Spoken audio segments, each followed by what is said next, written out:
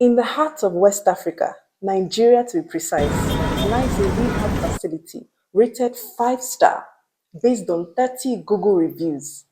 I hadn't heard of them until a fateful day that I was lured by my mother to the facility on the pretense that she was going to work and I should accompany her. You see, clients of this hospital are encouraged to lie to the potential inpatients as a way to ambush them for treatment. Other barbaric actions would be explained further as this documentary commences. This situation did not start with Serenity, but ended with them because I had enough. My mother's friends, Mr. Shegun Abraham and Miss Debola Ibironke in Canada, they said I was acting strange. So she got my brother, as my mother got my brother, to call his friend in Toronto, who reported me missing. It was Mr. Abraham, claiming to be my uncle, who signed the consent form to Toronto police after being coerced to do so. Because how else were they going to evaluate me if I wouldn't submit myself for evaluation? The problem here now is that he wasn't a relative. Does this not remind you of something? Wendy Williams' story. He's not a relative, but he's signing a consent form to have me taken for mental evaluation. Wendy, how are you tonight and what brings you out? Coming out to eat. It's dinner time. Mm-hmm. And any reactions to your medical report that does hold up the dementia diagnosis? No, and my attorneys are highly upset. They are? Yes, my attorneys are highly upset. Okay, good. Diamond, yeah. And what about do you have anything you want to say to your conservator? I want to say hi to my attorneys, Alan Diamond, all right, and Joe. Cool. Joe Tacopino. Cool. Those are my attorneys, and I will get out of guardianship. He didn't have that authority, which was part of the inconsistencies I told the police. But after that, because that was after the subsequent events I will state now had taken place, and which an easy search is easy to uncover, basically, that he wasn't my relative. It's very easy to uncover this. The police came to drag me out of a hotel I was staying on a staycation when they couldn't find me at home. They took me to a mental health ward in a popular hospital in Canada, in Toronto, where they evaluated me and found me of sound mind. Surprise, surprise. And they let me go after 3 hours of evaluation. So I was taken from 12 a.m., right? I was taken from like around past 11, right? And then I was released by 3 a.m., past 3 a.m. That was the first time in my life I was handcuffed and rode in a police car. That was the first time ever. The bruise of the cuff was left on me, on my hand, after weeks. So, my mom's friend, who is called Debola, we refer to as Auntie Debola, claimed that the police saw me at Sheraton without any slippers. But the police later found out that I wasn't at Sheraton at all. Do you see inconsistencies? They claimed I was in Sheraton, that's when they saw me walking around Toronto without slippers. But the thing is that after investigation, they found that I wasn't at Sheraton Hotel. So inconsistency number one. And that was the basis at which I was taken. One of the bases that they found me walking around with my feet in Toronto. I assured my mother I was fine on the phone, but my mother was unsatisfied because why? They had already told her that there is something off, something off, something off with this lady. That's her friends, Mr. Abraham, Mr. Shegun Abraham, and Miss Debola Ibironke. So her mind was already there's still something off with this lady. So what happened is that my mom now came to Toronto to escort me back home because at that point in time I was supposed to come on holiday, but she wanted me to come on holiday faster than I'd planned. Few days, I think a week before, because she was already paranoid about the whole situation. While home, so that was my trip. If you guys watch part one of the Eclipse, part one shows you a lot of things.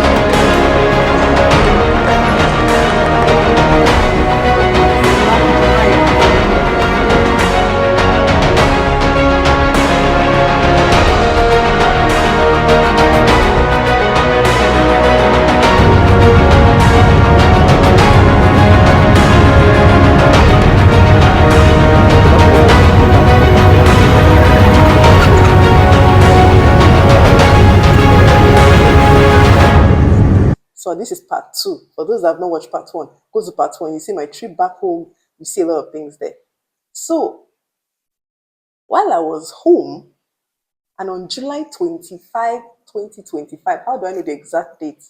I mean, it happened to me. I'm laughing, but it's not a funny issue. By the time I'm done with my story, you understand the gravity of what's going on. While home and on July 25, 2025, there was an issue at the gates of the house of my mother where I failed to open the door right on time to access for her to access the house. And don't forget at that time she already had worries based on the account of her two friends in Toronto. So already she was already feeling there is something off with this lady. But then I was exhibiting no signs of any mental incapability. But she still just had that back of her mind. And then what now happened was that because of I didn't allow her to get in on time, she bundled me up with a Dr. Sheyembo, Mr. Yakubu, who is works in an estate official, her driver, Mr. Mohammed, right, Mr. Lucas, and that person that works in her estate. They bundled me up and took me to a rehab slash hospital. But it's not a hospital, but it's a rehab, but they like to call themselves hospital. Now, I believe it was Serenity in Karu, but because I was bundled in and out, I couldn't tell for certain, right, whether it was Serenity or not. I just saw that it was Karu, and I saw the logo of Serenity. That's what I remember from that account, right? So after a few days, and I was giving sedatives. You know what it means to be giving someone sedative? I was feeling weak, tired. I kept saying, I didn't even say much there. I was just weak, basic. I didn't say anything. And then, after days, they finally let me out. My mother was unsatisfied. So, after that, I was now taken to the private ward of National Hospital Abuja. For those that know National Hospital Abuja in Nigeria, I was taken to the private ward of National Hospital in Abuja, and where they again gave me sedatives, and which weakened me further for days. I was there for 7 days. And what happened was that about 5 to 7 days, that's when I was there. So 5 or more psychologists, right, and doctors assessed me, all to no avail. They came to the same conclusion that there's nothing wrong with this lady. Many psychologists, I think there were about 5 to 7, who walk into, with doctors who walk into the hospital unit and assess me. And they found that there's nothing wrong with this lady. They'll be asking me questions, because one of the claims that my mother made was that I guess I was, maybe, the claims, and I will not say what they said, because I don't want to put the horse before, right, before the explanation, basically.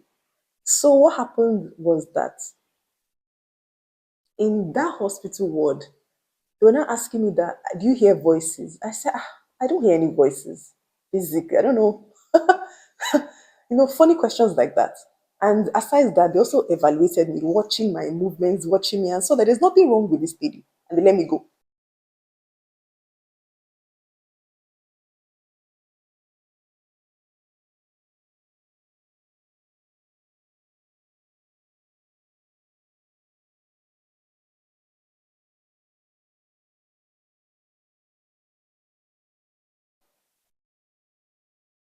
My mother was still unsatisfied, because 2 times now she's tried to incarcerate me, but they let me go.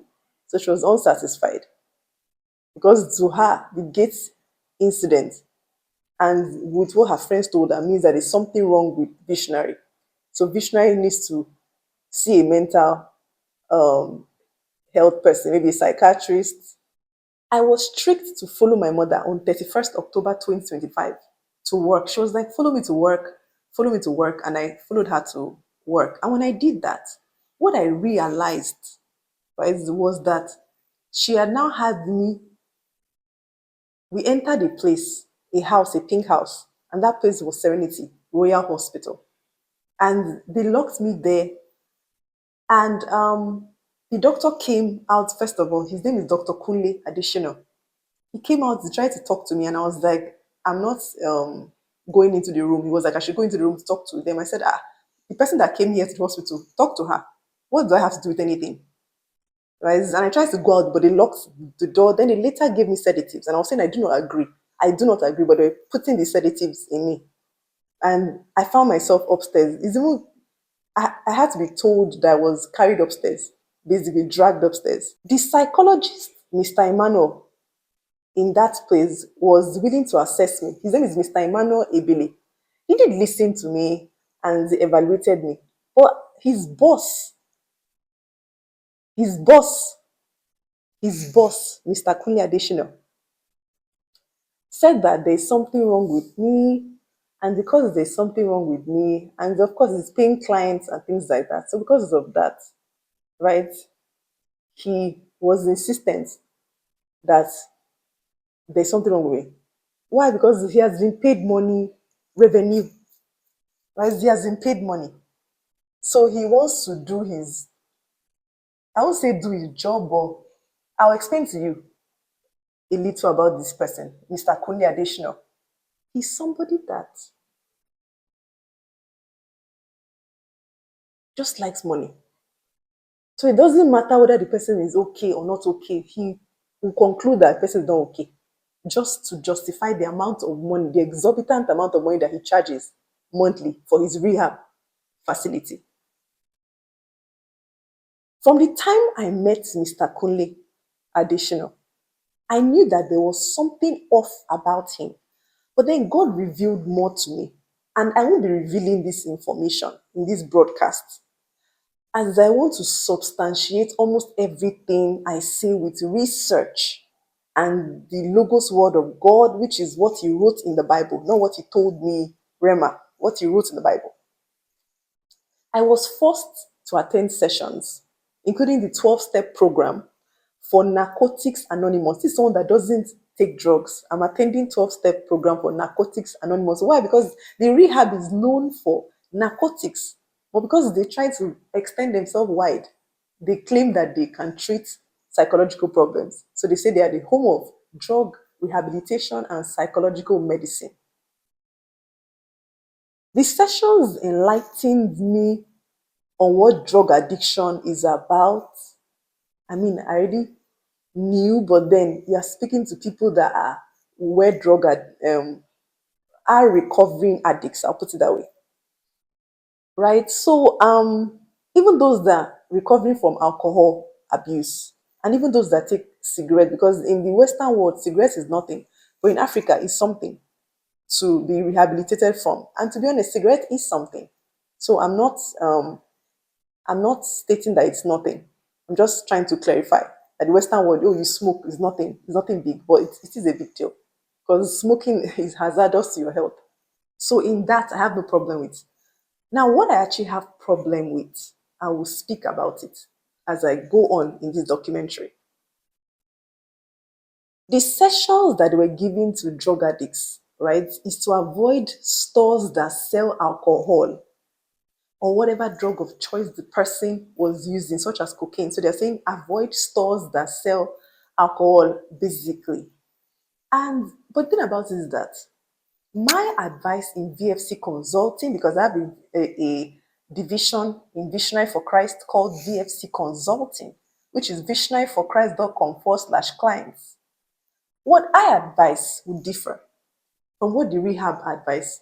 Teaching the person how to overcome it is what I would do. I'd rather teach them how to overcome no matter how hard it is. Because in the real world, it's very difficult for you to avoid stores that sell alcohol, for instance. Right? Drug, you can even avoid because drug, they're dealers. But alcohol, people that are suffering from alcohol abuse too as well were there. Alcohol, you can't avoid and drive 2 hours. Right? Think about it, if you live in a town, even in the city, how can I avoid a store that doesn't sell alcohol? Is very difficult. Because in the big stores, they sell it. Even small stores, some of them, they sell it. So how? It's difficult. You'll be going out of your way all the time to do that. And what that means is that you're still weak. So they should spend, because the amount of money that is paid in this place is a lot. So why not spend the time teaching people how to overcome the addiction instead of telling them that they should avoid places that sell alcohol? You can avoid your dealer. Your SIM card, you can throw your SIM away and get a new SIM registration. Those ones they recommend, I'm okay with that. But telling someone that they should drive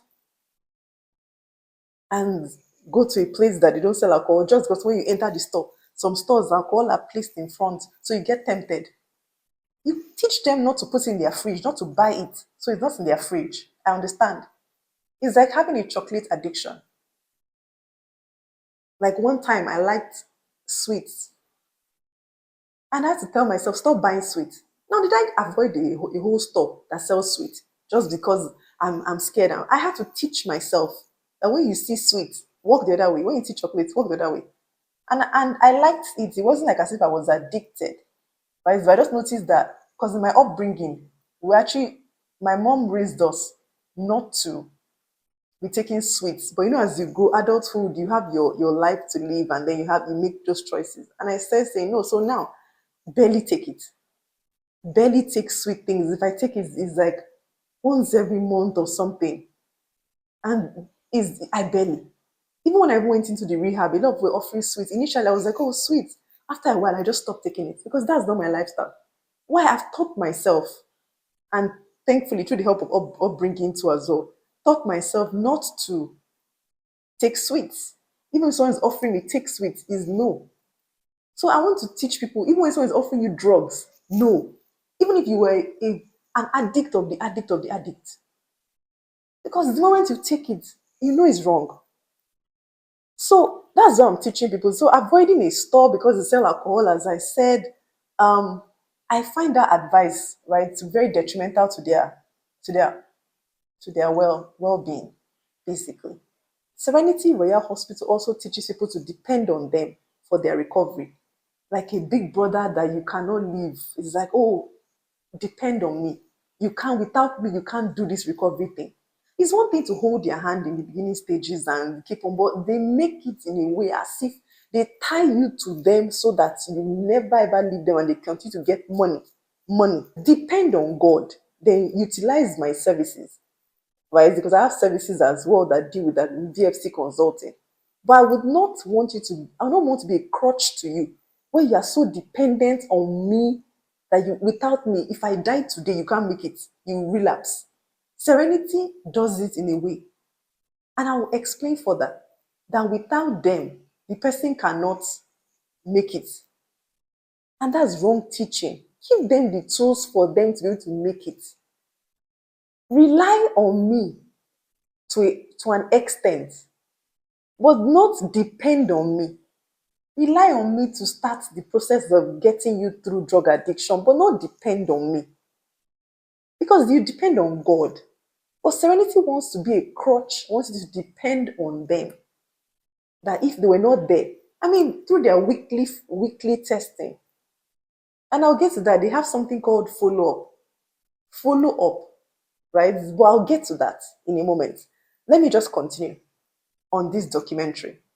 Serenity has a revenue formula that I want to get into. The outpatient care. What's outpatient? Patients that have been in the rehab and they're no longer in the rehab, or the ones that just never went to the rehab and they are just patients that come from home, is outpatient care. The outpatient care involves drug testing, right? Which is what I'm talking about now, the follow-up, which can be demoralizing. But it is intended to scare the former inpatients or scare the outpatients from relapsing. Because if they are testing you every week and you relapsed, then your family will get to know about it now. While using their family as watchdogs, if the patient shows signs of relapsing, so the family can bring them back expeditiously and pay Serenity more money to lock them up in rehab. This so-called rehab,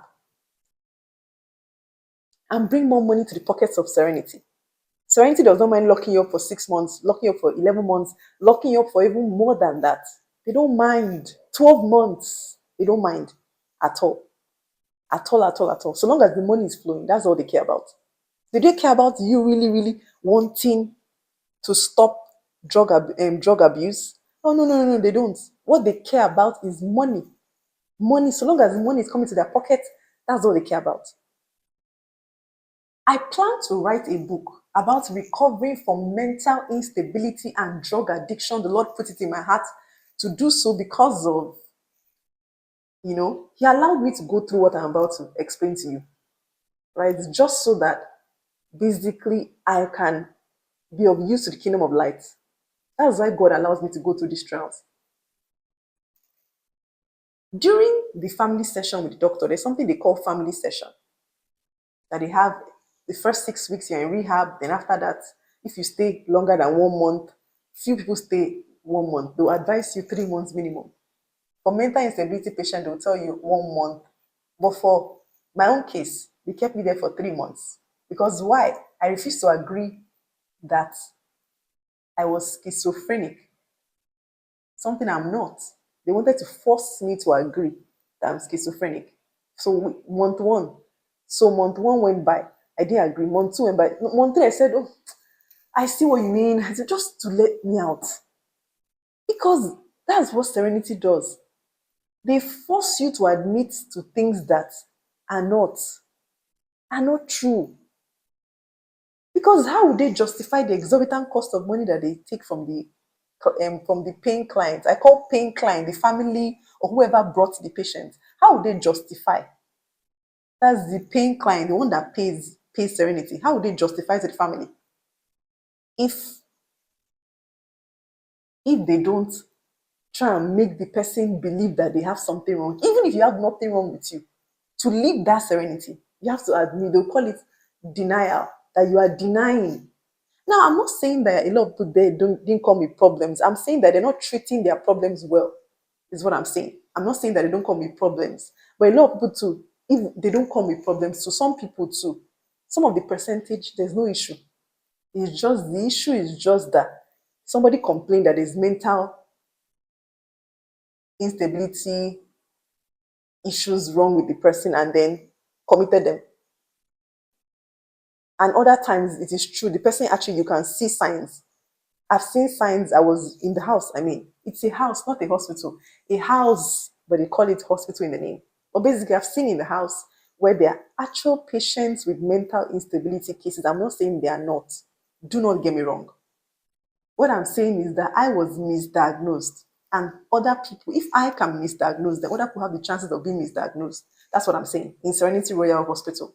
During the family session with the doctor, my mother said that she had gotten a job for me in Nigeria to work and I should stop VFC. She wanted me to, she banned me from returning to VFC and I should return full time, basically to the previous work I was doing, but instead in Nigeria, not in Canada. I should not even go back to Canada. She said she would think about it. I shouldn't go back. I should stay in Nigeria for 1 year. And after I stay for 1 year, then she would think about it. I knew where it was going, that I would never return to Canada if I allowed her to have her way with the nonsense that she was talking about. She said I should stop VFC Watchmen service. Can you believe that? Who is the person that wants me to stop? Is it my mother or the devil? I should stop VFC Watchmen service because it's at night. And doctor said my mind needs to relax. I should not be going, I should not be staying up late. My mind, it needs to relax, So don't stay up late. No, just because it's affecting your mental, your mental know-how is affecting you. Do not stay up late. Sleep. But when it's time to go for her, to go to her job, when I'll be out in the sun, she doesn't mind. Following her about, she doesn't mind. But when it comes to VFC Watchman service or VFC, it's too strenuous for you, my dear. Too strenuous. Do not. Who do you think is the one? And my mother used to come for Deliverance with me and she stopped months ago. Her Deliverance was going on fine and she stopped. Who do you think is trying to influence my mother? It's Satan that does not want me to continue VFC. So he comes up with all this. And he couldn't get me to stop using external people, like the attack that came on my ministry from a different ministry that I talked about. He cannot use external. Now it's time to use my home base. My mother, it's time to use my home base to get me to stop. While I was in Serenity Royale Hospital, I was banned from paying my credit card bills. My bills that piled up. I couldn't pay for 3 months. I told them, let me work. I have consulting clients. They did not want me to do anything. Just sit down there, eat, get fat. I'm sure if you look at me now, I'm fatter than I was before I entered the home. While their food is not that great, right? I mean, sitting down, sedentary lifestyle. I picked up exercise, started working out. But it's still the same thing. When your mind is not thinking about important things, and all you can think about is your next meal, right? Yeah, you pray. I prayed. I did this, but if that's the only thing to think about, then I mean, you're going to gain weight. So the threat to my ministry was imminent. Stop Deliverance, stop consulting, stop retail, stop this Christian work. She even told me that the job that she got from in Nigeria, they are full of Muslims there. So I should not talk about Jesus. And I should, and the way I even tie my scarf, because this is how I tie my scarf normally. The way I tie my scarf, it's to endear me to Muslims because they'll think I'm a Muslim, or even they don't think I'm a Muslim, though, basically, I'll fit in right there with the Muslim crowd.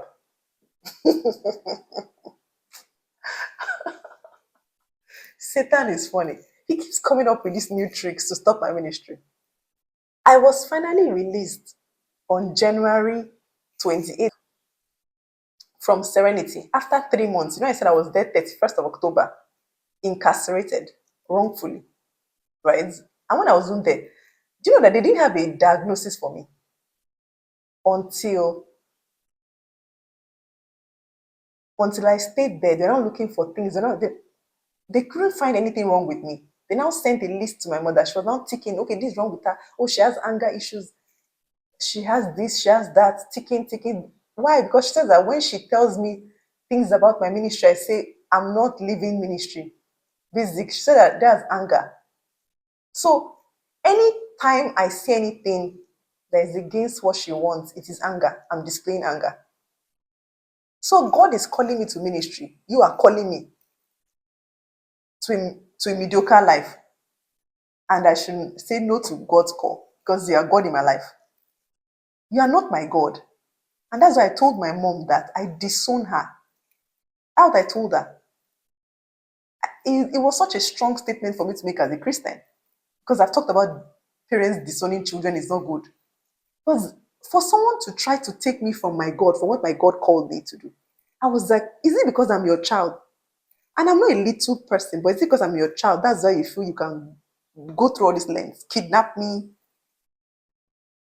put me in a rehab facility, just so that I don't do Visionary for Christ. You said that because I left my work, where God told me to, and to be doing Visionary for Christ full time. He said that makes me, that shows wrong decision making, which is evidence of schizophrenia people. That's what Dr. Adesina and his wife and the whole host of Serenity Royale Hospital, the staff, that's what they believe, because they are being paid to believe so. And the one that's not being paid, the Dr. Adesina and his wife, they run the facility. So because of that, primarily Dr. Kunle Adesina runs it. But because of that, right, because of the money they'll receive, they will say anything. So when they gave my mommy a list to tick, she now ticked. They said, oh, this shows schizophrenia. Imagine, that's his own clinical diagnosis. You tick some. So anyone that just brings somebody there and you have a claim, you now send them something to tick. If they have mental issues, they'll tick, and say, yes, they are bipolar. Yes, they are this. Yes, they are that. That's his own scientific way of assessing me. His clinical approach of assessing me. Because after all, he claims that he's a hospital now. That's his way of assessing me. Schizophrenic. Before this, my mother was claiming that's before I escaped. My mother was claiming that she wants to sleep beside me because doctors said that she's watching me 24/7. So she now turned to a bodyguard, right? And her drivers and the estate people also using them as bodyguards to control my life, basically, and to keep me from doing what God said. Don't forget that they were giving me drugs. Drugs. Drugs. And I'll get into that because I've not even spoken about the fact that they were drugging me with serious different drugs. Different drugs. Right? Like carbamazepine, risperidone. This type of drugs were giving me so that there's nothing wrong with it. They're just giving me drugs in my system. And I'll get to that. The drugs in a moment. My mother stopped doing deliverance with me. Even when I healed her, when the devil wanted to kill her one night, and she called me and I prayed for her. Her heart was beating. She was alone, about to pass on. And I prayed for her and everything was okay. My brother too as well had an issue. And I'll not mention his issue too. I prayed for him too. That was a serious illness. I prayed for him too and he got well. All this they've forgotten. But they don't want to do deliverance anymore. Right? Now my mother now depends on drugs, hospital. I can't count how many times I saw her do checkup. Medical checkup for this. You know, the way the Lord said that it's very difficult for a rich person to pass through the hands. A rich person, basically, to pass through the eye of a needle. That's the way he said it. I'm not saying she's rich. I'm not exposing her financial situation. All I'm just saying is that you rather spend money on all these doctors, but yet your health is not as if it is any way better. But you're using drugs, the medicine case, like she has a whole medicine case where she's just taking drugs, always going for check up this, check up my thigh, check up that, check up. Even, I believe she even checks up more than even the people that are even older than her. And why? Because you rather depend on pharmacare than Jesus. If they say give that money to Visionary Deliverance Ministry now, donate, you will not donate. But yet, you depend so much on pharmacare. But yet, pharmacare is not the one that heals you. It's Jesus that's healing you all this while. All this while, Jesus has been healing you. All while we're doing our deliverance, Jesus has been healing you. But you have forgotten. It's so easy to forget. How the mighty forgets. You've forgotten. And now you want to tie me to a life of drugs. Never. Like you tied yourself to a life of drugs. Never. I said it in one of my broadcasts that I don't take drugs. And I've explained in my broadcast the essence of drugs, that is to medicate you when you are initially ill while Jesus is working. And sometimes they don't even need medication, but I mean, a lot of people, they don't have the faith level. Fine. So take medication initially. But medication in of itself is not for the long haul. Anything that is long haul, it is not medication. That thing now is a curse. Any drug that you have to take for the long haul, long term, just taking drugs to survive, is a curse. It is a curse. And that's why God healed me of. And that's why God healed me of the sickness that was wrong with me. And I can talk about the illness. I don't know if I've talked about it, but I had hypothyroidism, I had hyperthyroidism, and God healed me from it completely. I even stopped taking drugs. I told the lady, I used my faith and I used serious prayers because I knew it was demons, and I started casting out demons. And I used prayer, faith, right? And I said not to the doctor to argue with. I don't argue with people if I don't have to. If I don't have to, basically, but I don't like to argue. But the point is that I just told my doctor, don't worry, it's okay, it's fine. And I just went and stopped taking the drugs. And I started praying. And they made my heart beat as if I wanted to faint. I said I will not still take this drug. And I was dry fasting. I was praying. I was casting out devils. And now I'm A-okay. Now you want to make me dependent on schizophrenic drugs. Why? When God has healed me, why would I be taking drugs that will be giving me side effects that can be harmful to me for life? For life. You want me to be taking it? Never. Even short term, never. You want to take drugs, but not me. Now, when I got to Toronto airport, oh, and by the way, if my mother wants deliverance, I'm open to deliverance. She can contact me and I can do deliverance on her. But I'm not going to allow myself to be in her vicinity. Right? Bodyguards will be with me, basically, for me to see her ever again. Because of I don't trust her anymore because of what she did. And that trust cannot come back because I'll never put myself in a situation that I can be locked up again. Every time I'm locked up, people want deliverance, they can't find me. People want my book, they can't find me. People want this, they can't find me. Every time I'm locked up, right? Because now I've been locked up 3 times. This is the 3rd time. Remember, I told you the first time was in the place I said I looked like Serenity Royale Hospital. Right? The second time was National Hospital Abuja. About 7 days interval. This one now was 3 months. You think I'll now subject myself for you? I hear she's looking for me. Basically, my mother is what I'm saying. I'm not going to ever grace her presence without bodyguards, many bodyguards there, to take down anybody that ever tries to lock me up again for one thing that is not wrong with me. When I got to Toronto airport, some guy that I don't know called me. That's when I returned back. He now called me and told me that, I've been watching your videos. Thank you so much. I've been receiving some healing from it and I want to register for Deliverance. Oh, you've touched my life. This is why I do what I do. Imagine just listening to my videos and people tell me I listen to your videos and I'm getting healed. Please conduct deliverance on me. So it now made me understand that all what you have gone through, God is allowing you to go through it so that you can keep on exposing the works of darkness. And you might say, darkness, how? I'll get to it in a moment. I told you this personal story to elevate your understanding so I can properly branch into discussing Serenity Royale Hospital. I've shared my heart out now to you regarding this personal story. So now, the logo of the hospital, there are 2 snakes called around a pole. intertwined with one another, right? With their faces staring at each other. That's the logo of Serenity Hospital. It is a snake. That's their logo. Two snakes. Why would an establishment have a snake as a logo? I asked an inpatient of Serenity what a snake represents, and she said wisdom. I said, but it represents cunning, right? And the devil. That's what a snake represents. Nothing about the snake is good. Nothing about if you go and look at the Bible, nothing about the snake, the serpent, is good. So why would you have a snake as a logo?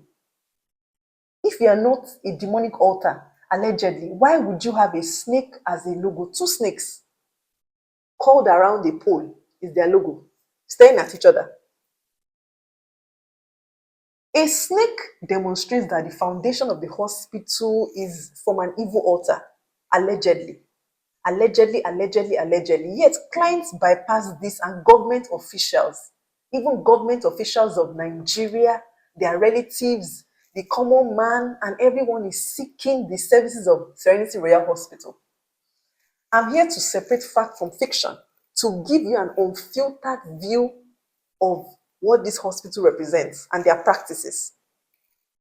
If you see what I saw in the spirit realm, when I slept one night, God took me somewhere in the hospital to show me what the head is doing. But I don't intend to mention it, because what I've seen in the physical realm is enough. Is enough. I didn't need to see that in the spiritual realm for me to know that this is a demonic altar. Allegedly. Why will my mother lock me up in a place that has the logo as a serpent? Is she sleeping? Is she spiritually asleep? A serpent, two serpents. Now, the concept of rehab is faulty. I know you're shocked. I know you're shocked. You're like, okay, visionary has come again. The concept of rehab is faulty from the beginning. And this rehab takes the cake. Right? So rehab itself, I don't agree with rehab in of itself, because of what's going on nowadays in rehab. The idea of rehabilitation is nice. What's going on inside is the problem for me. So these people, I spoke about their malpractices. It takes the cake. I don't know if it's like that in all rehab, but let me continue. Right? I haven't been to any other rehab aside Serenity, so I can't speak for all other rehab. But if there are anything like these ones, then I would not prescribe rehab to a Christian, any Christian. A church with a rehab, actually, so a church that had a rehab sent their patient to Serenity, and the patient did not enjoy their time there. Churches now have rehabs, but there are a lot of false churches, as you know, out there. So I do not believe true deliverance is taking place in this rehab with regards to fighting the root cause of the drug. So what is the root cause of the drug abuse? Are you really fighting it in the rehab, or the smoking addiction, or psychotic condition? And for Serenity, how can they be fighting the root cause of drug abuse when they propagate fear as a tactic, where the person needs to own up to something that they've not even done, just so that the paying client can be happy? Anything the paying client says, Serenity says it is true. So therefore, how can you be there for the good of people? Dr. Kunle Adesina, the owner of Serenity Hospital, claims that he does his charity by sometimes allowing people for free to stay there for free. Even so, once they started paying after a long while, and maybe their parents say they can't pay, they stay for free. That's what he says he does. Something like that is what he claimed. Because I'm paraphrasing his words, so I don't want to lie against him. He just said he does that. Sometimes he takes people there for free. So an extra mouth here or there is not a problem for him. And that is his own charity. So not giving money to people, not doing, no. His charity is locking them in rehab and continuing the malpractices on them forcing them to admit to wrongs that they've not done, forcing them to take his drugs that have high and huge side effects, which I'll get into in this broadcast. That is his plan for mankind. That's his own good deeds. His good deeds is forcing you to take drugs. Even those that have been rehabilitated after, they still take drugs. As if so, because he says that the drug will help. And when I say he says, that's what he believes. Not that he told me in person. He believes that the drugs, for this part, the drugs will help to, because that's what the psychologist states. That is help to change the chemical reaction, whatever, in your mind, so that you can think more clearly. Because the drugs that you have been using over years have damaged your mind. So now they are replacing one drug for the other. That is the Serenity Royale Hospital's way to drug their inpatients and their outpatients. That is what he calls charity. People were complaining of nightmares in the facility, but it was something they knew they could not broach to the psychologists in depth, because if they do, they'll say that, are you seeing people? People can't even complain of nightmares. People were being terrorized of nightmares. And are you surprised? In an allegedly demonic facility like that? Of course. Even I had encounters where, because I can see in the spiritual realm, where an attack was launched against me. Many sorcerers. I was sleeping, basically, launching, and I saw them coming, and they came and held me down. I just immediately pushed them off. So imagine, but other people complain of sleep paralysis. But God has helped me defeat sleep paralysis. I don't deal with that anymore. Right? It's because He has given me the tools. And that's what I do. I help people in VfC consulting, VisionaryforChrist.com/clients, to deal with tough demonic yokes. Because when you go to your family or go to some people, they will say, oh, you are seeing things. But the thing is there. I even had a client yesterday, and she's seen all these demons. She's seen them. If Serenity Royale Hospital gets a hold of that client, what would they say? They'll say she's schizophrenic. But yes, she's having a demonic encounter. Where are the locations of this hospital? All the branches of Serenity Royale Hospital, they're in Abuja, Nigeria. FCT, Federal Capital Territory. It is the capital of Nigeria. There's a VVIP location, so very, very important person location in Asokoro. There's a VIP location in Galadimawa Estate. And the male and female buildings, aka wards, are also in Galadimawa Estate, meaning that a total of about 4 locations in Abuja that are known to me. These buildings are houses, so I use the term hospital just to refer to the name the founders call it, but it's not a hospital. It's not a hospital at all. It's more like a group home with a store where they buy drugs and store the drugs. That's all. They happen to have IV fluids. Complain of stomach pain, Serenity is there for you. They'll give you IV fluids for stomach pain, IV fluids for this, IV fluids for that. And I hope I'm using the correct medical term. But basically, they are there. All this intravenous fluid, they are there. They have a plethora of drugs, because drugs is what they deal in. But yes, they will claim they're just replacing one drug with the other. Anything drug. Right? In terms of even hard drugs. And when I say hard drugs, allegedly. You might say, oh, hard drugs, only cocaine is only, to me, hard drugs are only cocaine. Anything that can give you serious side effects is a hard drug.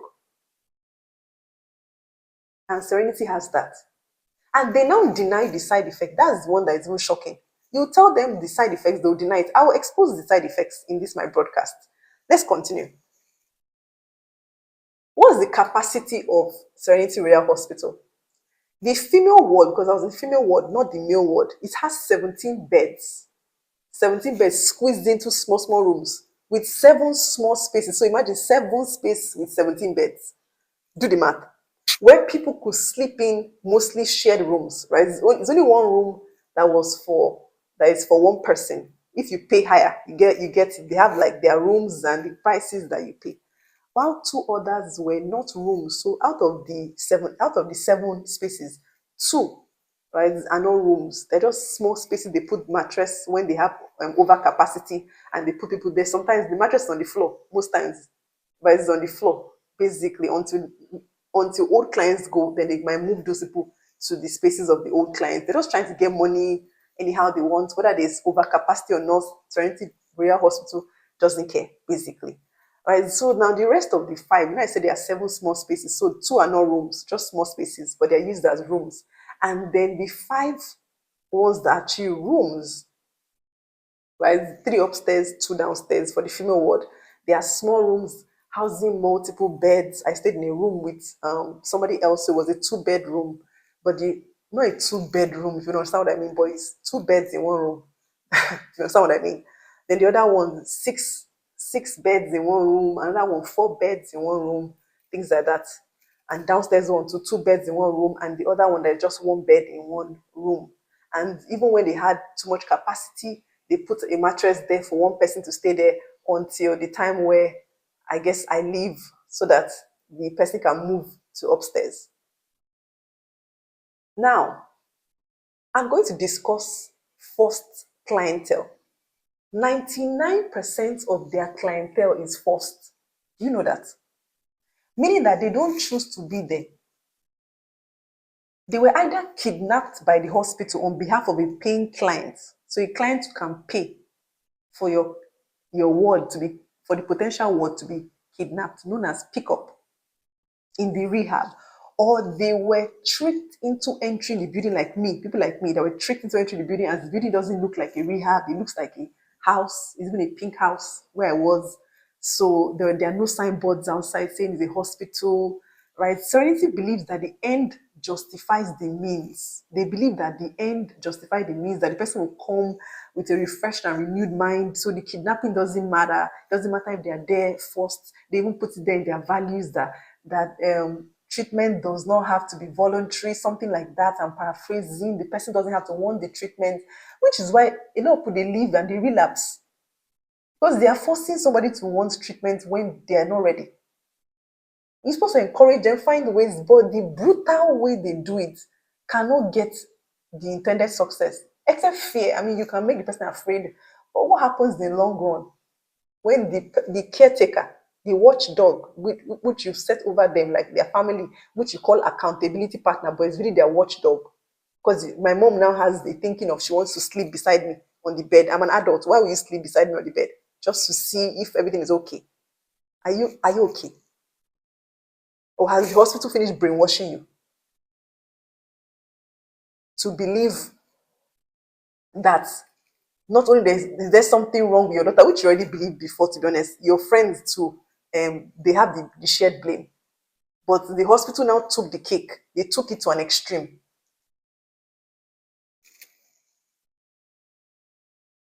If you understand what I'm talking about, I might laugh in between takes, but man, it was such a traumatic experience for me that I'm like, God, why did I have to go through this? But I understand when I finished, because they wanted me to see drug abuse, to see and understand, not only from Serenity's part, allegedly, but also from part of people that are coming there for drug abuse and alcohol abuse, based just to see what people are dealing with. If I understand what they're dealing with and spend time with them, then I can help them even better in my consulting, VfC consulting, visionaryforchrist.com/clients.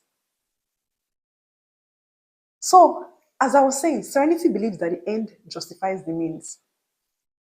In this case, so they get rewarded handsomely in cash for their kidnappings, for their tricking clients to want treatment, basically, which ends up being a problem for the clients, to be honest, down the road, as I said. Right? And also, Nurse Nelson and the house manager, Mr. Emmanuel, so the house manager of the female ward, they have house managers on each house. There are 4 houses, remember I told you. So the Nurse Nelson and house manager, Mr. Emmanuel, they often go for pickups. Pickups is, sometimes they even take Nigerian police along with them to go and force people into vans. Do you know how scary it is just kidnap somebody because someone paid money for them to be kidnapped and locked up? What's the difference between Serenity and prison? Not much difference there, except they are feeding you. They try their best to feed you. But even the meat was smelling spots. Not even smelling, but tasting spots and tasting like strange meat. That I stopped eating their meat. There's some food I will just stop eating because you can see that the food is cooked really bad. And because I didn't want to be having stomach pain, having all this, I used to choose my meals carefully. The whole house had malaria. Almost everybody in the house, if not everybody, I was the only one. Even the nurse said it. I'm the only one that does not have malaria. Why do you think so in the whole house? That was the sickness was passing from one person to the other because we are all in the same house. Not in the hospital, as I said, a house. A house, we're all locked up together. We're all in small spaces with different beds there. Like a shelter. Like a shelter. Why do you think I didn't have why do you think I didn't have malaria? Because God is my doctor. Hospital, clinic, or group home? That's the question. Is Serenity Royale Hospital a hospital? Is it a clinic? Is it a group home? They call themselves hospital, as I said, but it's more like a group home, to be honest. I'll say it's more like a shelter. The store that they have has multiple drugs, from drips, as I spoke about, for stomach pain to anxiety medications. And the drugs carbamazepine, I'm reading it here, risperidone, and CPZ, otherwise known as chlorpromazine, prescribed for a mental instability patient, which was me. They claimed that I'm mentally unstable, which I'm not. Right? And the same drugs, that's risperidone, carbamazepine, and CPZ, which is chlorpromazine, they're also the same drugs given to drug addiction patients. How is that possible? They'll say, oh, they are different patients, different. You gave the same drug. The same drugs. There was someone that was there. I saw the drugs that she had, the exact same drugs they gave me initially. These three drugs is what they gave her to be using. And she deals in basically, she, not only her, other people too as well. That's drug addiction patients. So they gave us the same drugs, basically. Now, how can both prescriptions be the same, exact same? How? How is it possible? Right? Serenity will tell you different patients have different prescriptions depending on their unique cases, but most of the medications were identical. They must give you sleep-induced medication, except you complain. If you complain, I complained for 3 weeks before they removed that drug, and they now replaced my drugs with other drugs as well, which also try and induce sleep too, because the side effects too is sleepiness, even if the drug is not a sleep drug. If you understand what I mean, they were knocking us out with drugs. Let that sink in. What is CPZ?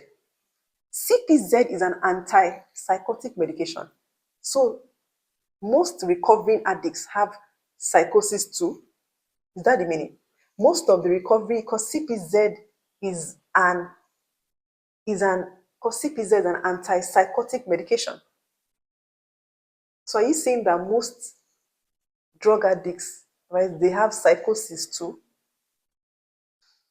This is a question that I wish Serenity will answer with a straight answer and its definitive answer as well.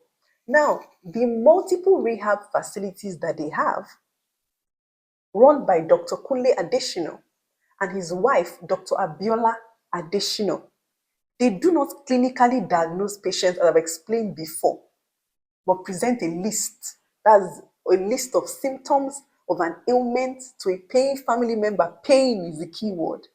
And the person ticks it in order to diagnose the patient. That's how they diagnose, which I've spoken about already.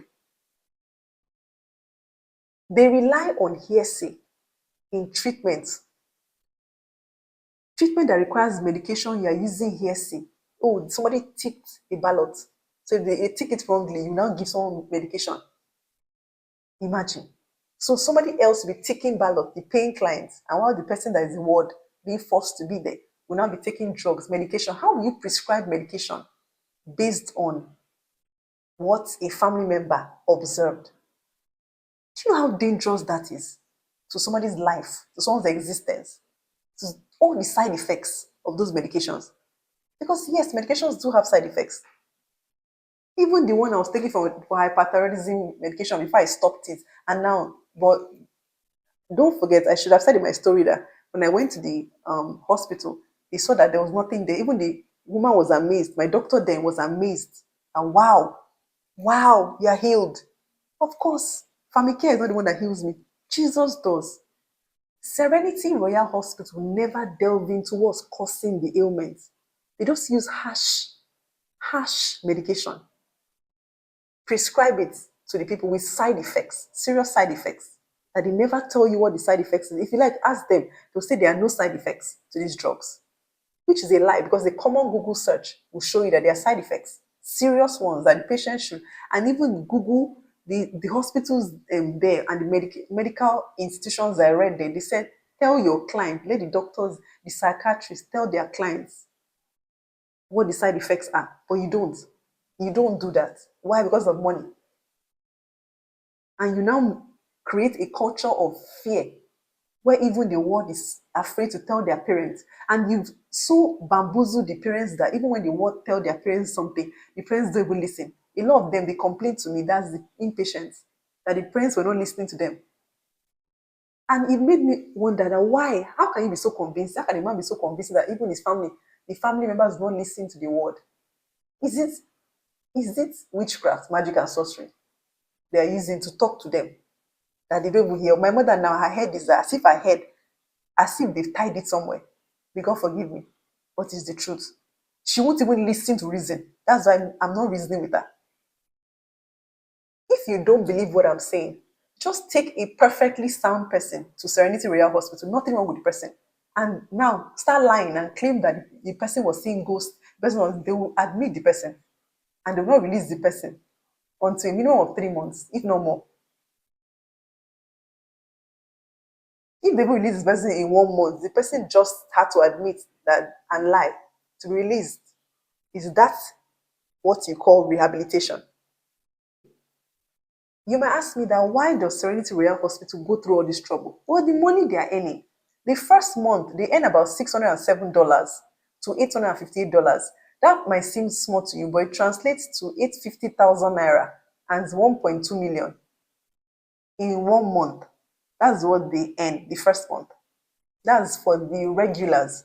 And I'm saying the word allegedly only because of the fact that it's not like as if I have proof, but people told me. That's the people paying clients, not paying clients rather, but their words. When the paying clients told the word, they told me the amount. And that's why I have a specific amount for how much the range of charges. Now that's for the regulars. The VIP, it could be 1 point something, 2 point something million naira. Is what I'm saying. The hospital is like a prison because there are barricades everywhere. And there was a time that I heard an inpatient told me that a past patient there actually escaped and jumped down and jumped the fence, a man. And since then, they put barricades everywhere. So there are barricades in the balcony, right? And they're also, they've now been more strict. You'll be walking around the compounds and the guards will follow you around. It's like prison, right? And we have specific times we can come out. We can only come out Monday to Friday. You can come out from 6 a.m. to 8:30 a.m. and 4 p.m. to 6:30 p.m. Weekends, you can come out from, I believe, 6:30 a.m. to 6 p.m. But basically, you are indoor throughout. So boring. There's not much to do because work is not encouraged. Right? And the thing about it is that they don't even follow their own rules. They have rules. Serenity has rules, but they're not following their own rules. They said no phone call, but yet some clients are allowed to have their phones with them. They'll say, oh, they're special clients, but they also have their phones with them. Some are even allowed to go out and come back. But yes, others are not. It just shows you that money, money is their only motivation. Dr. Kunle will tell you that he cares, he's so passionate, but money is his motivation for everything that he does, which is why he engages allegedly, unscrupulous practices that I've explained to you right now. Another reason, because I told you that the first reason that people stay is that the hospital will tell you that they prescribe, and I'm using hospital loosely because it's a rehab. The rehab will tell you that they prescribe the length of stay, which they indeed do. Except the only time they don't get their way is when the paying clients insist that no, I'm only paying for 1 month, I'm paying for 2 months, I'm paying for 3 months, then they will discharge the inpatient. Otherwise, you stay for as long as Serenity wants you to stay. You stay. Or if the paying client wants the person to stay longer, the person will stay longer. And that's what I mean by it's money that motivates them. Because if money was not the motivating factor, even if someone tells you that I want this person to stay for 6 months and you believe that their treatment is done 5 months, you say, no, we don't do that. Let them be discharged with 5 months. But when money is your motivator, then anything goes. Anything goes. And which is why it's even more worrisome, the kind of drugs that they give people. Because if money is your motivator, then you'll be drugging people allegedly with these their harsh drugs that I already went into. That's why I said drug mule. I've explained why they can allegedly be seen as drug mule because of the way in which they give people these harsh drugs with side effects. And they just keep giving them consistently, even after they've left the rehab facility. The female patients often complain of period loss, menstrual period loss from the use of the drugs. And the hospital will explain it away that there was something wrong with the patient before, there was some gynecological issue, and that's what's causing the blood loss, always not pointing it back to the harsh drugs that they're giving, which I call hard drugs. And I've explained my term of hard drugs. Any drug that has side effects, serious side effects, like this type of thing, is a hard drug. I don't care what you tell me, it's a hard drug. Now, let me tell you something. A study by the Indian Psychiatry Society showed that women on antipsychotic medication had period irregularities, and their advice was to reduce the medication or change it altogether because of with adverse effects on multiple systems in the body, such as menstrual irregularities in women, galactorrhea, sexual dysfunction, and osteoporosis. You see that these are side effects of these drugs, but yet Serenity Royale Hospital told that there is no side effects. They also state that the patient should be told about these side effects. That's what the Indian Psychiatric Society, that's what the Indian Psychiatric Society is extolling. Tell the patients these side effects. But yet, the rehab is not willing to admit that severe conditions, including other illnesses, can be a product of their medications. They refuse to reduce their medication. And even when they do, to lower doses. And even when they do, the medication is too strong either way. And the side effects are still present. Do you see why seeking help from Jesus is better? There's no side effect from VfC Consulting. People have recorded, I have my first recorded healing of cancer. Thank Jesus. And there was no side effect to that. Can Serenity Royale boast? Can they boast of no side effects? What I haven't told you is the sedative part. Serenity Royale Hospital often uses a lot of sedatives, right? Even for insomnia. Someone complained of insomnia, their advice was not advice alone, allegedly, but what they did was that they gave the person sedative. Now, is sedative a treatment for insomnia? Last I checked, no. It's just something that you do initially, and even that low sedatives, their own is too harsh, basically. If someone is complaining of insomnia, so it's sedatives that is going to solve the problem. The nurses and the support staff often joke that they will use sedatives on patients. And what they do is that, and it's not really a joke because if patients get out of line, right, they do knock them out with sedatives. So it's not a joke at all, but they do joke about that. Show you the cavalier attitude of the use of these drugs that they use on people. They joke about it. Do you know that even the drugs that they are prescribing, I doubt they themselves want to take it. If you feel your drug have no side effects, Dr. Kunle Adesina and Dr. Adesina, why don't you take the drugs? You say, oh, there's nothing wrong with me. Why don't you take them? The sedatives that you so like to give people, dish it out. Why don't you take them? Even the nurses themselves love to give their sedatives. They love it. because there's no way.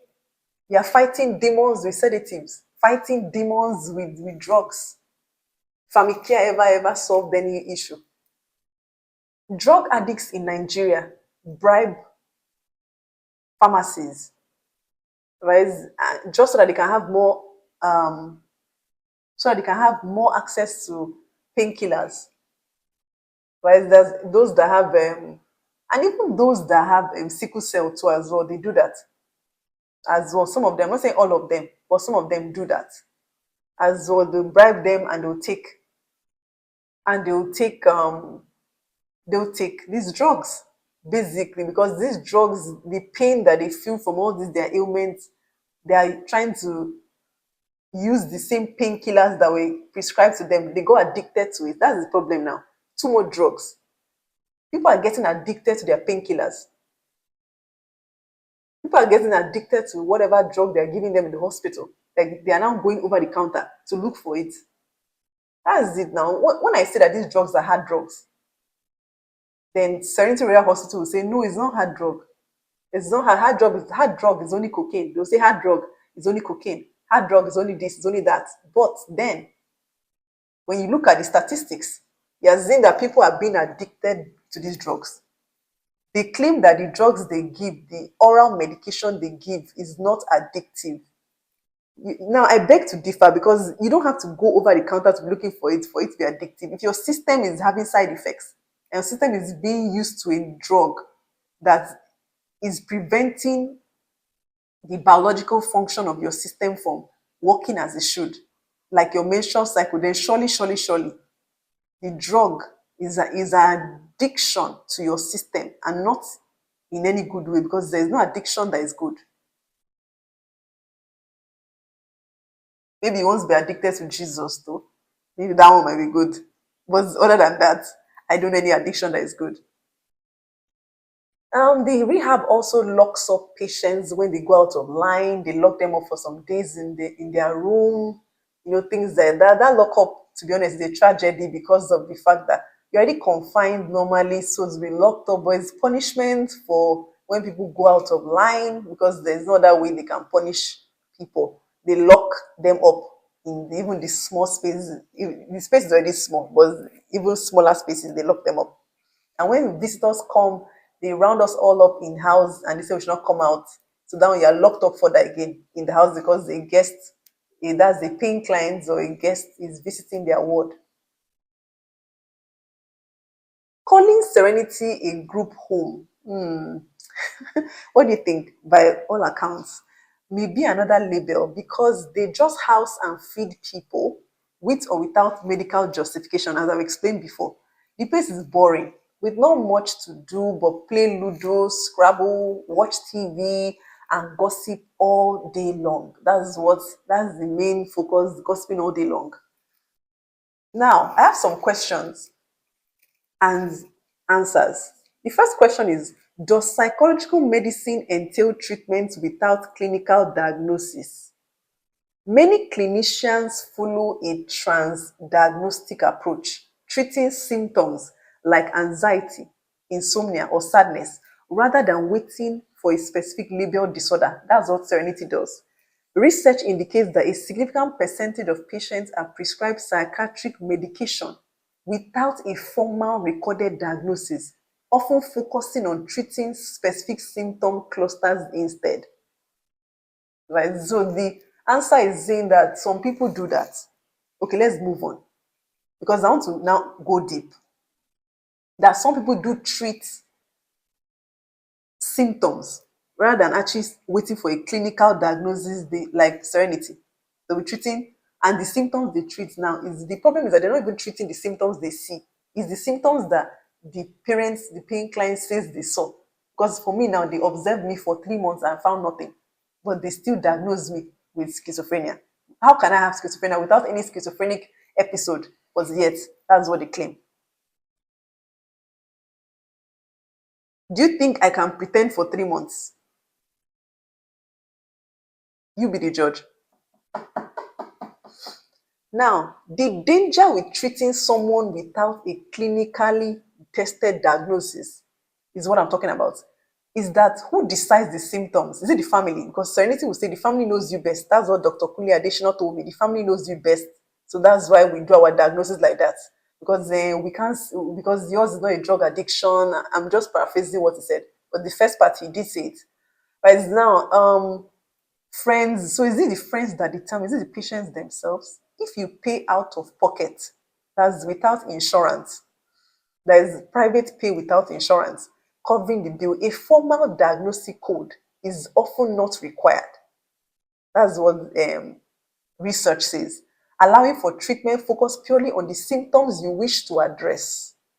So they'll tell you that because based on this, that normal, what happens is that it is normal for people that pay without insurance basically to be able to treat whichever symptoms that they want to treat. But the problem now lies in medical misdiagnosis, which I'll talk about later on. Medical misdiagnosis. Now, another question that I want to raise is that can a psychiatrist prescribe medication without diagnosis? Healthcare professionals trained and specialized in mental health will carry out a full evaluation and diagnosis before prescribing medication. Aha, do you see where I'm going with this? I already explained that. How can you be giving someone medication without a full evaluation and diagnosis? From day one, they even started giving me medication. That's I stayed there. When I say day one, I mean 2 days I was there, no medication. But from the third day, they started giving me medication. No full and the full evaluation. I'll tell you what it means. A full evaluation for schizophrenia before prescribing medication is a comprehensive process designed to confirm the diagnosis, rule out mimicking medical conditions, and establish a safety baseline to manage potential side effects of antipsychotic drugs. It typically involves a psychiatric, physical, and if necessary, neurological assessment. Did you hear that? Neurological assessments, which they did not do. Psychiatric and diagnostic assessments is the first phase of full evaluation. It includes mental status examination, diagnosis criteria check, psychiatric history. They take history, right? The history in consideration. Substance use assessment, risk assessment, family history, collateral information, physical examination, right? Laboratory test. They did not do any testing. CBC, metabolic panel, thyroid function test, liver and renal function test, toxicology screen, prolactin level, cardiovascular assessments, electrocardiogram, imaging, nutritional physical health assessment. Do you see all these assessments? Right? Functional assessment, cognitive assessment is under assessment of functioning, third phase. The fourth one is special considerations, movement disorder assessment, pregnancy test, all these assessments. Right? These assessments, but Serenity is not interested in going deep, in going further. They just want the money. And they'll give you any, in fact, if you want them to give you any diagnosis, just pay them money. They'll give you any diagnosis you want for your ward. The danger also lies in that people can use this as the punitive measure. Right? Someone did something against me, locked me out, like how I locked my mom out, and said, "Oh, there's something wrong with you." And when I tell I locked her out, I was not that I locked her out for a long time. I was only assessing, right, who it was. That's what even just assessing and asked her a question that the question was very, what's the word? My mother, she feels this humiliation easily. And I'm the girl that had no shame. Right? I don't feel humiliation or shame because God has washed away my shame and humiliation. Right? And while I'm a private person, I'm only sharing all this because of what transpired and also for others to learn from it. Otherwise, I'll keep it to myself. But it doesn't bequeath me any honor from God to keep all this information to myself.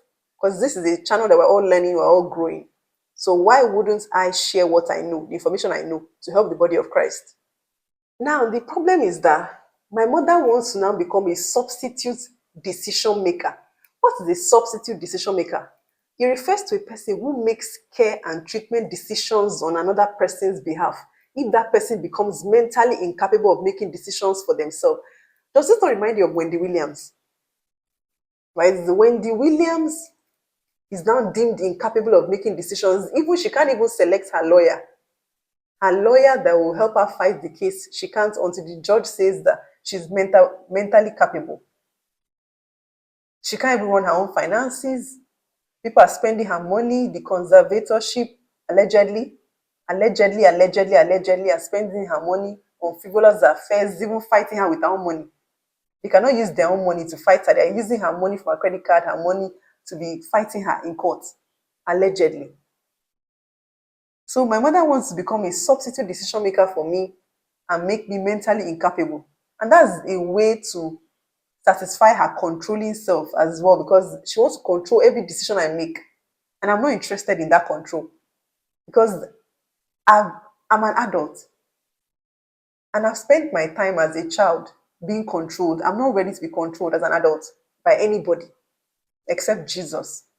So therefore, and it's not like I'm financially dependent on my mother. That's another angle again. If I was dependent on her financially, you can now say, okay, but I'm not dependent on her. I don't remember the last time she paid my bills. It's been a long time, maybe school. It's been a while. So therefore, I don't see the reason why I should now be under her thumb. She wants to make decisions that contradict what God says. But she doesn't want a seer prophetess as a daughter, no, or a therapist, no, that will help people, but wants someone who will keep quiet, do the job allotted for them. She will help you pick job again, do the job allotted for them, right? And basically continue the wrongfully diagnosed. Do you know, I told my mom something, right? That the side effects of these drugs, what they're having on me. And she was like, I'll take it for further testing in a different hospital. Is that the solution? I should just subjecting myself. Then if she now calls, even if the hospital even says something different, if she even calls the guy, I totally believe that she just, if Dr. Kunle Adesina just says anything, she'll say, oh yes, it's true. That's how alarmed I was watching everything play out. I'll read what Ontario Health says. Ontario Health states that schizophrenia is a severe chronic mental health condition that usually begins in late adolescence or early adulthood. The symptoms of schizophrenia can be categorized as positive, negative, or cognitive. Positive symptoms include hallucinations, delusions, and disorganized speech and behavior. Negative symptoms include apathy, social withdrawal, emotional flatness, and a restriction in the amount and content of speech. And that thing she accused me of was being withdrawn. That I'm being withdrawn. When I'm just selecting my friends, I'm being withdrawn. Cognitive features include problems with memory, attention, planning, and organizing. People with schizophrenia and their families, caregivers, and personal support should also receive services that are respectful of their rights and dignity and that promote shared decision making and self-management. Meaning that even the one people that have schizophrenia still try and make decisions with them. Take what they want into account. Don't just be controlling and your own decision is the only one that will stand because you are their substitute decision maker. Further, people should be empowered to make informed choices about the services that best meet their needs. People with schizophrenia should engage with their care providers in informed shared decision making about their treatment options. Each person is unique and has the right to determine their own path towards mental health and well-being. I often tell people here that these diseases and those that are recovering from drugs can be treated spiritually as you seek medical assistance to manage the initial problems. I did not say that you should not go to a medical professional. In fact, it's written in my policies, visionaryforchrist.com/policies, that you should seek medical counsel while you are seeking our services. Therefore, people get lasting solutions by coming to VfC Consulting at visionaryforchrist.com/clients. The last healing of VfC Consulting that's when I say the last healing of sicknesses. We are doing healing, all the time, daily, but the last healing of sicknesses in not just demonic oppression, but sicknesses was a cancer patient. And it was a severe case, but yet that they told her in the hospital that it would be so severe. They don't know how. And they were surprised as well, I'm sure, when they told her that she doesn't have cancer anymore. And she came for 3 sessions in VfC Consulting. So therefore, just be wise. Be wise and be careful of the services that you seek. If you believe that rehab is the is the plan for you, then consider. If you believe Serenity Royale Hospital is the plan for you, reconsider. Right? It's because I'm telling you of my experience, and there's nothing they can say that can overshadow my experience in that hospital, because that's my experience. This is first-hand account. This is not somebody told me. Somebody told the ones that someone told me. I put allegedly, but the ones that I've seen myself, right? And even the ones someone told me, or even the ones that I've seen myself, right? I'm saying that's what it is, right? I don't think I've put allegedly for the ones that I've seen myself. Do you think that in the time of Jesus, that doctors did not exist? They existed. They existed. But what he did is that he knew that they will manage the sickness but not necessarily heal it, because they are demon induced. So he healed himself. Medical misdiagnosis is a real thing. Everyday health reports that medical misdiagnosis mistakes kill or disable 795,000 Americans every year, according to a new study published in BMJ Quality and Safety, that researchers say is the first comprehensive tally of the devastation caused by these errors. Is Serenity Royale Hospital are they concerned about the erroneous medical practices, right, and diagnoses they make, right, using a pain client description, using description to diagnose and medicate? And the family knows best explanation to give people a medical diagnosis. No clinical check, no study, no facts, just whatever the pain client says about the patient. Are they concerned about the short-term or long-term consequences of their actions, such as diseases and deaths? Now let's discuss media, movies, TV shows, music, books. Due to the fact that people are prevented from working in Serenity or doing any productive task, just like any rehab, I presume, how do people spend their time? They mostly watch movies, TV shows, series, and dance with loud music and speakers, like serious dancing. Like these diabolical dances and diabolical songs and movies are downloaded for them by the staff, including Dr. Kunle's wife, Dr. Abiola Adesina. These songs and movies are downloaded for them by the staff, including Dr. Kunle's wife, Dr. Abiola Adesina, in USB flash drives. The USB flash drives are purchased by inpatients. Can you imagine that? You may ask me that how can they purchase a USB flash drive when they are not allowed to carry cash, because that's one of their rules. Cash is not allowed. Well, they'll find a way around it when it suits them. Because rules are bended. In Serenity Royale Hospital, rules are made to be broken. They are bendable, based on how it fits the purpose of the hospital. The movies, like most, promote heavy drug use, right, and nudity. Yet, these are downloaded for recovering addicts. They don't allow us to listen to religious music because they say that, you know, there are Muslims and Christians there, but yet people are allowed to watch movies with nudity. There's one movie called Ruthless. It's a Nigerian movie, Ruthless, and that movie showed nudity, drug use. People, drug use, and that movie was downloaded for people to watch in the rehab. And the rehab, don't forget, is supposed to rehabilitate you from drug use. The books that they recommend in the hospital are no better. And I'm using hospital as loose word, as I said, is a rehab. Right? There's a book club by Dr. Abiola, known as Dr. B, where someone reads and people share their opinions. The book selection is always questionable.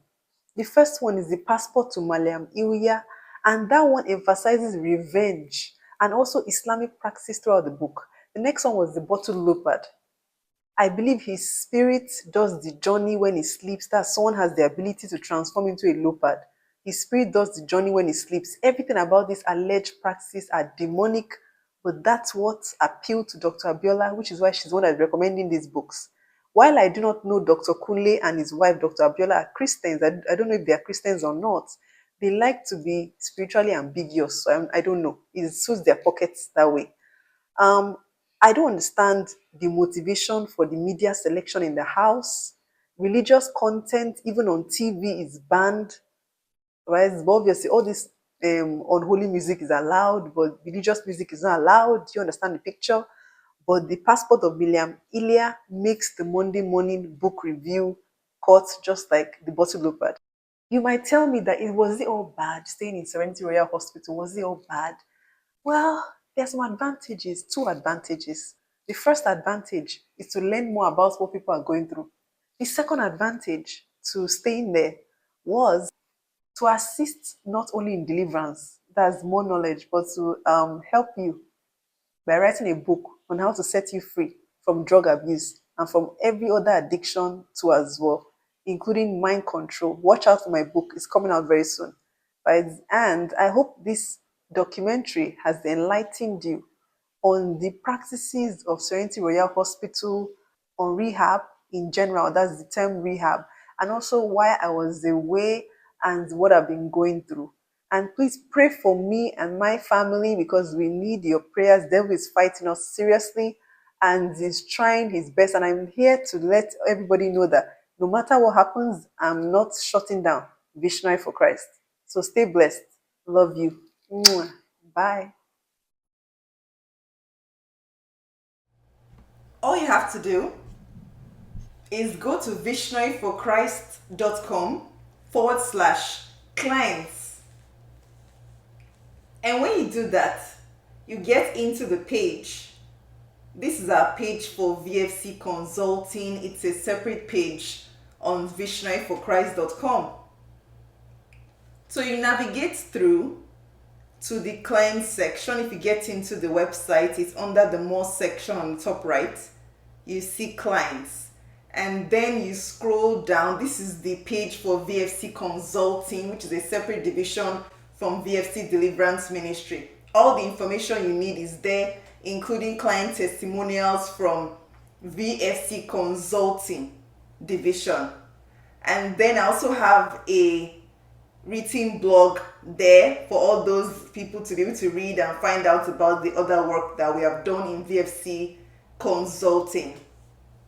Then subsequent to that, you see a book a session button on the bottom part of the page, and that will take you to the direct link of how you can start the process of registering for VfC Consulting. All you gotta do is you first start with completing the registration form and then follow it. Every information you need is there. It's very detailed because in VfC Consulting and in Visionary for Christ, normally we are very, very detailed. So all the information that you need is on this page, including the invoice, when you're going to receive an invoice, how to pay, all the necessary information that you need, even for booking, for scheduling, everything is there right at your fingertips. And we have a post-engagement review that has been set up for the Deliverance Ministry and for the consulting. It's been set up there. Don't forget to subscribe and hit that button. See you soon.